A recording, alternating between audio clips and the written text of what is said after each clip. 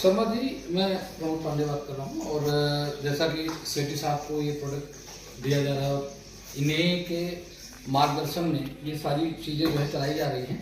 और बुआई के समय ये ऑर्गेनिक सॉइल एक्टिवेटर, इसका बेसिकली काम है जो मिट्टी के अंदर विद्यमान पोषक तत्व उनको एक्टिवेट करता है, प्लस जो आपके माइक्रोब्स और माइक्रोबियल बैक्टीरिया होते हैं जो मिट्टी को हल्का करते हैं। और जो आपने पहले यूरिया, डीएपी या कोई भी कंपोस्ट डाल रखी है, उसकी वजह से मिट्टी आपकी हार्ड हो गई ना, रॉक्स में कन्वर्ट हो रही है, उसको ये फुल बना देते हैं, जिससे मिट्टी के अंदर जड़ों का विकास होता है और फुटाव बहुत जरूरत होता है। ये अकेला 1 किलो 2 बोरी डीएपी के बराबर इसकी स्ट्रेंथ है। और ये आपका काम करता है पूरा 180 दिन।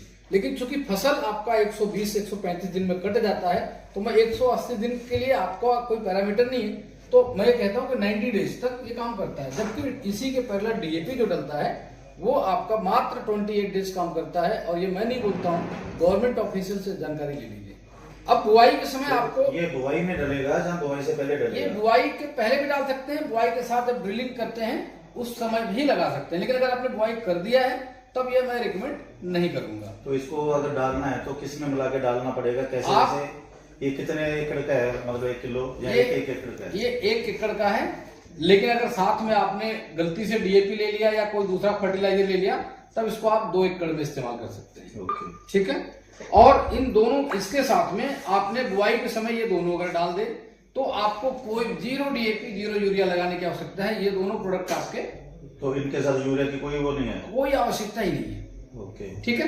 तो बेसिकली ये आपका भूमि उत्प्रेरक का काम करता है मिट्टी के अंदर, और ये आपका काम करता है रूट का डेवलपमेंट करके उसके अंदर से ब्रांचेस निकालने का काम करता है। तो जैसे अब बुआई हो चुकी है, उसके ऊपर इसको आप लगा सकते हैं। ओके। इसको आप चाहें तो 10 किलो 20 किलो यूरिया में तो लेके आधा होने के बाद तो कम से कम 20 दिन पहला 25 दिन बाद पहला पानी लगाने से पहले इसको फेंक दीजिए, फिर खेत में पानी करके छोड़ दीजिए। हाँ, इसका इतना अभूतपूर्व रिजल्ट है कि आपको एक पौध से 7 से 12 पौध आपको नजर आएगी एक बीज से। 7 से 12 पौध एक बीज से। तो इसको आप 2 डोज कैसे है?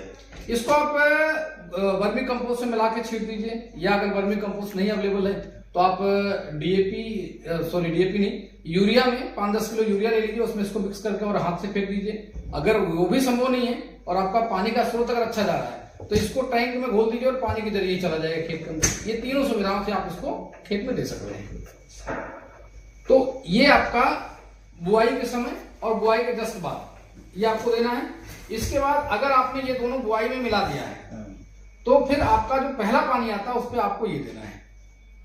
अगर ये दोनों आपने पहले दे दिया, मान लीजिए बहुत सारे किसान होते हैं ना, वो दे देते हैं, तो दोनों अगर आपने दे दिया तो आपको पहले पानी पे ये देना है। अब ये आपको देना, अगर यूरिया के साथ दे रहे हो तो इसका 250 ml ले लेंगे। 4 किलो की दवाई है। 4 एकड़ में? हाँ, 4 एकड़ में लगेगी अगर आप यूरिया के साथ डाल रहे हैं या कोई भी बेस ले रहे हैं तो। और नहीं तो आधा लीटर एक बार और आधा लीटर दूसरे पानी पे, 2 पानी पे ये इस्तेमाल होगा। तीसरा और अक्सर अंतिम बेनिफिट क्या है?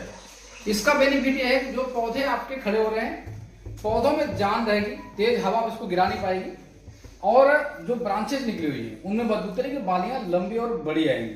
फ्लावरिंग स्टेज में ये फ्लावर झड़ने नहीं देता है। ठीक है। और ये 2 डोज आपको देना होता है, एक पहले पानी पे और दूसरे पानी पे। तीसरा और अंतिम पानी कई बार 4 पानी लगता है, 3 ही पानी में काम चल जाता है। तो ये प्रोडक्ट है आपका तीसरे लास्ट पानी के लिए। उस समय जब आपके गेहूं में या जो भी फसल आपका है उसमें गाबा पे आ गया, बालियां निकल रही है, उस समय आपको ये प्रोडक्ट देना है।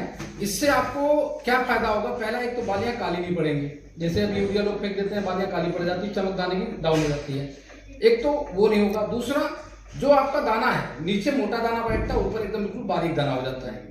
तो ये दाने को जो बैठाने का काम है वो एक साथ ही करता है और एक साइज का हो जाता है। अगर आप झन्ना लगा के छानेंगे ना उसको, तो आपको समझ में नहीं आएगा कि इनिशियल कौन है और फाइनल कौन है। इससे आपकी 15 से 20% यील्ड बढ़ जाती है पहली साल में ही।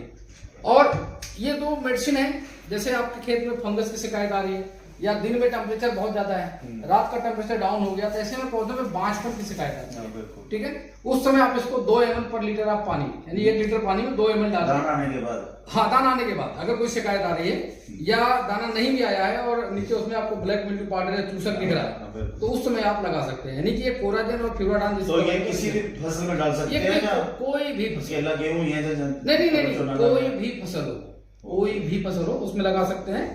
और ये आपका जो है नेचुरल क्रॉप केयर है। ये दरअसल नीलगाय, आवारा पशु, मवेशी जो आ जाते हैं खेतों में, वो आकर फसल को नुकसान करते हैं, ये उनके लिए, जिसका जंगल के पास कह लो। हाँ, ये आधा लीटर है, ये इसको 2 बार में डालना है। 250 ml पर एकड़ का है, 250 ml एक बार डाल सकते हैं और 250 ml दूसरी बार डाल सकते हैं, क्योंकि ये 18 दिन कम से कम, मैक्सिमम 1 महीना 5 दिन का इसका इफेक्ट रहता है। तो आप 2 स्प्रे में पूरी फसल आप निकाल ले जाएंगे। ये जरूरत पड़े तो आप इसको, तो इसकी स्मेल अलग से कुछ, जिसके चक्कर में नीलगाय वगैरह आती नहीं है सर? इसके अंदर 2-3 चीजें हैं। पहला है स्मेल, बदबू मारेगा, उससे अगर उनको फर्क नहीं पड़ा जानवर को, तो दूसरा इसके अंदर डिहाइड्रेशन, कैस्टर ऑयल डला हुआ है, उनका पेट खराब हो जाएगा। तीसरा इसके अंदर टार्ट्रिक एसिड, अगर उन्होंने कुछ खा लिया तो दांत उनका कोट हो जाएगा, तो 2 से 3 दिन 4 दिन कुछ अच्छे से ढंग से खा नहीं पाएंगे। तो तीनों कंडीशन में उनके ब्रेन को मैसेज जाएगा कि ये फसल खराब है या इसमें दवा पड़ी हुई है, हमें इसको नहीं खाना चाहिए।